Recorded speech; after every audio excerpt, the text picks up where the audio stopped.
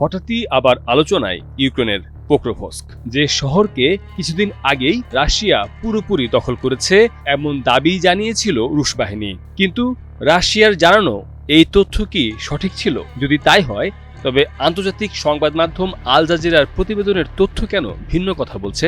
সংবাদ মাধ্যমটি জানিয়েছে এখনও লড়াই চলছে পোক্রোভস্কে। রাশিয়া ইউক্রেন দুপক্ষই চালিয়ে যাচ্ছে যুদ্ধ।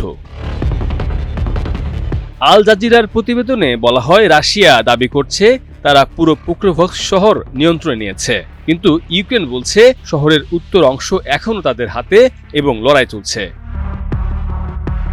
পোক্রোভস্ক দখলে এবার রাশিয়া শুধু সৈন্য নয়, সাঁজোয়া যান, মোটরসাইকেল, ট্রাক সব একসাথে ব্যবহার করেছে। ইউক্রেনের 7th র্যাপিড রেসপন্স কর্পস জানিয়েছে রাশিয়ান কনভয় দক্ষিণ দিক থেকে উত্তরে ঢোকার চেষ্টা করেছে।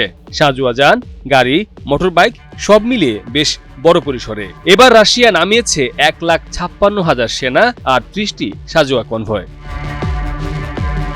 পোক্রোভস্ক দখলে কেন এত মরিয়া রাশিয়া? কারণ পোক্রোভস্ক ছিল একসময় ইউক্রেনের লজিস্টিক হাব, রসদ সরবরাহ আর সামরিক চলাচলের জন্য গুরুত্বপূর্ণ। আজ শহরটা প্রায় ধ্বংস হয়ে গেলেও এর কৌশলগত গুরুত্ব অটুট। ডনবাস অঞ্চল দখলের পথে পোক্রোভস্কই রাশিয়ার সবচেয়ে বড় লক্ষ্য। তবে সম্প্রতি ইউক্রেনীয় ইউনিট যে ভিডিও প্রকাশ করেছে তাতে দেখা যায় বরফে ঢেকে থাকা রাস্তা, কাদায় আটকে থাকা রুশ সাঁজোয়া যান, ড্রোন হামলা, বিস্ফোরণের পর জ্বলতে থাকা ধ্বংসস্তূপ।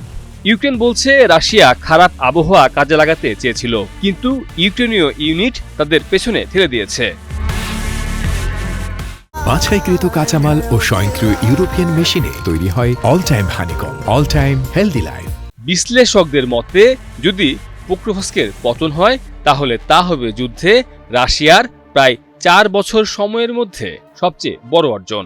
অন্যদিকে এর চাপ পড়ছে ইউক্রেনের কূটনৈতিক অবস্থানে, কারণ কিয়েভ এখন আলোচনা করছে যুক্তরাষ্ট্র সমর্থিত নতুন শান্তি প্রস্তাব নিয়ে, যা নিয়ে অনেকে মনে করেন এটা মস্কোর দিকেই বেশি ঝুঁকে আছে।